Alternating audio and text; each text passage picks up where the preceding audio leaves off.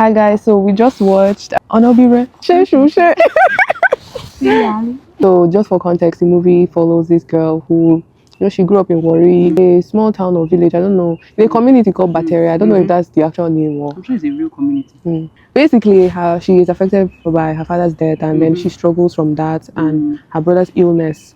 So she has to overcome that, and get money for it, and that illness leads her to do so much, like starting a new business, meeting people in Lagos, settling down in Lagos, and that's basically the premise of the movie.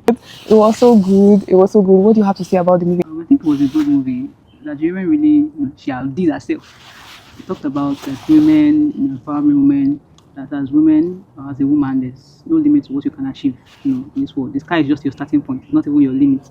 And for like minority tribes, anybody that is feeling like they're from a minority tribe, that there's no space for them to, achieve something or to become big. There's some people that they always say that their address or something is not even on the map or something like that. And at the end of the day, still great people can still come out from that location or something. So just empowers women, and not just even women, even men. That once you set your mind to something, yes, definitely there'll be obstacles, but set your mind to it. God will assist. She had so many destiny helpers on her way, and even those destiny helpers did not like. Well, because she took some decisions, she took some steps that she had, God started backing up and started giving her destiny. But if she had just folded her hands and just stayed at home, there would have been no opportunity for her to even get the help that she needed. Wait, sorry, I don't do that. Wait, thank God, that was so powerful. So, if you could describe it in 3 words, what would you say? It was entertaining, insightful, and what can the last word be?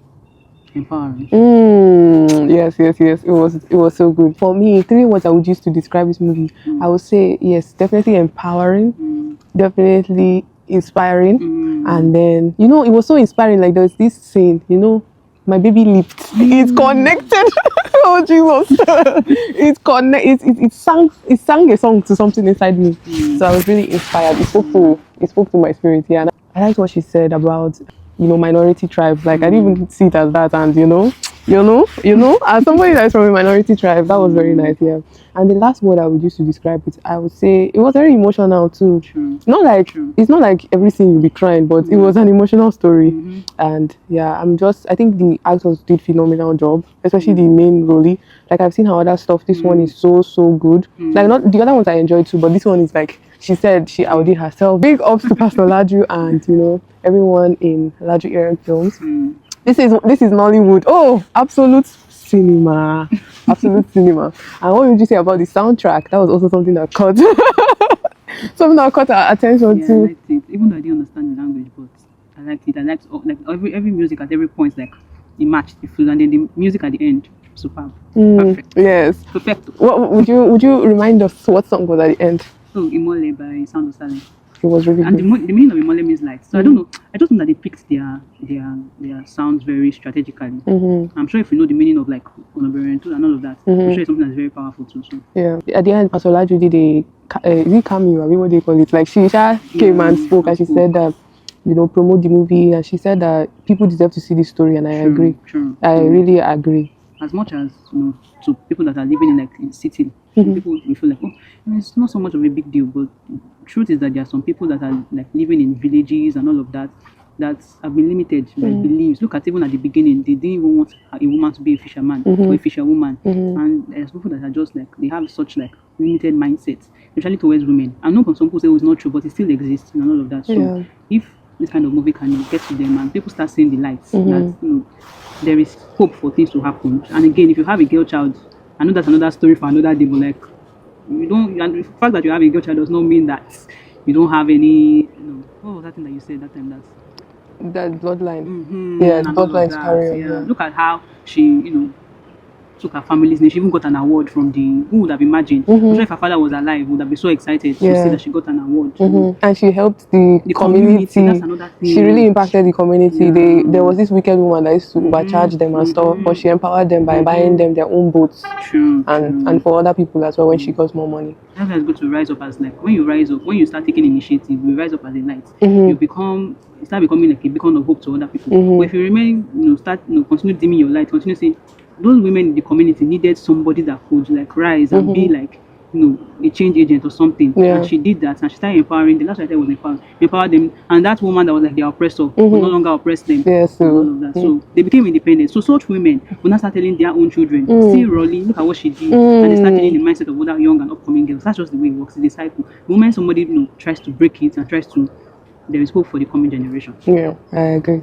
And the last thing I wanted to talk about is, she said, Pastor Laju in the cameo, she said something about like a story about women and the men that support them. So let's talk about the men that supported the women in the film. What do you have to say about that? Yeah, the men I think the first person that was her father. Yeah, that's true. The importance of fathers, such a very good light in her life. Look at how he was always taking her to fish and all of that. That was where she got the experience and started seeing that, okay, this is not something that is just limited to men. And her father was there, was really supportive. It was sad that she lost him at a very early age. And then also, what's the mother of her friend? Friend? I have special friend. Special friend. Jolomi? Joloms. Joloms. Yeah, Jolomi. Very good friend. Yeah, he was a solid friend. Solid, true. He started as a friend, true. Started as a friend, but he advanced. Praise God. He was a very good friend. He stood by her, supported her. Did research. She was able to get like 10 million off her brother's surgery. That's solid friendship. God just places some amazing people in our lives, and another thing you need to realize these are amazing people that should not just throw away like that. Because there was a point where she just ghosted him entirely, but she even realized she apologized to him and she was grateful. She thanked him. So yeah, may God open our eyes to see the good people in our lives. Guys, I'm sorry, I'm shaking. It's cold outside. But yes, and then the last man in the story, Temisan, that couple was a very good. I feel like they were a good description of marriage because I don't know. Talk about that enough. Yeah, I don't know where people are seeing marriage as butterfly and flowers, red flowers. A lot of times, like Christian girls especially, I don't know what they're expecting marriage to be, but it's usually in that soft and easy light. Breakfast in bed. Yeah, but what they went through was very real struggles, and I like that he was able to own up to his mom. Yeah, to stand up to his mom, and also when he realized that the issue was actually from him, like he handled it with care for his wife, and even though unfortunately it took him so long to draw that boundary with his mother, it was drawn, and he protected her and his family. We thank God for also, like, it showed the necessity for open communication in marriage, like how that night that Rolly entered his room straight, hello babe, when is your flight? Like, he did not waste time. I liked that. Yeah, but what do you have to say about that? I think I've both said that. And again, his wife was a very amazing woman. Amazing. Rolly could have left that same day or even the next day, and she was still very receptive towards her. She welcomed her into her home, even helped her to open an e-commerce platform for her business, and that was what even made the business to blow and all of that. So our wife was also, I say it's what our wife is. His wife was also very supportive. She was a good woman, despite the fact that the mother-in-law, Mama G, was always threatening her, calling her different kinds of names. Sometimes it can be difficult, and until you are put in that shoes, I know it's easy to say, oh, okay, I'm a good Christian woman, I won't do that. Until you are in the shoes, before you know where it's pinching the person. But overall, I think even the cinematography, like the sound, everything, like, shout out to the whole crew. So what would you rate the movie out of 10?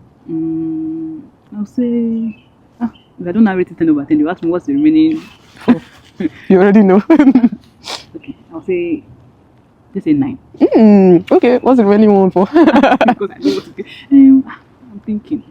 This Nigerian lecturer strategy. No, me, I'm not like them. Me, I give it 10 over 10. Like, no, it was a good movie. It was. Maybe, could there be room for improvement? Personally, I feel like the only thing I would say, which is still a 10 over 10 for me, but the only thing is like the scene where the mother was waiting for the surgery, and then the next scene we saw her receiving an award. That's the only part that was like wasn't too, but other than that, like, no notes. I feel like it's my favorite film I've watched of hers. My next is obviously mistakenly yours. Okay, everybody should watch Onobiren. It deserves all. When people are like saying hyping it, it's even, like, I'm telling you, it's better than the hype. It's not overhyped. That's what I want to say. True. So we're just going to end the video here because, guys, it's so cold. Like, I don't know if you can tell the video is shaking, but one more thing, people should not be close to adopting. Yes. I personally loved that, but there's so many children who, need the love. Also, I forgot to say, bro, Abuja representation. Thank you, guys. We've come to the end of the video. Let us know what you thought about the movie in the comments. Yes, for sure. I did not go through this this code. No, I was like, oh, I'm going to plan a proper sit down video with her. All of a sudden, guys, we're outside and we're doing this. So you please let us know. We really want to know what you thought about the movie. We're going to engage with you in the comments. And yeah, we'll see you in the next video. Toodles. Bye. Shalom.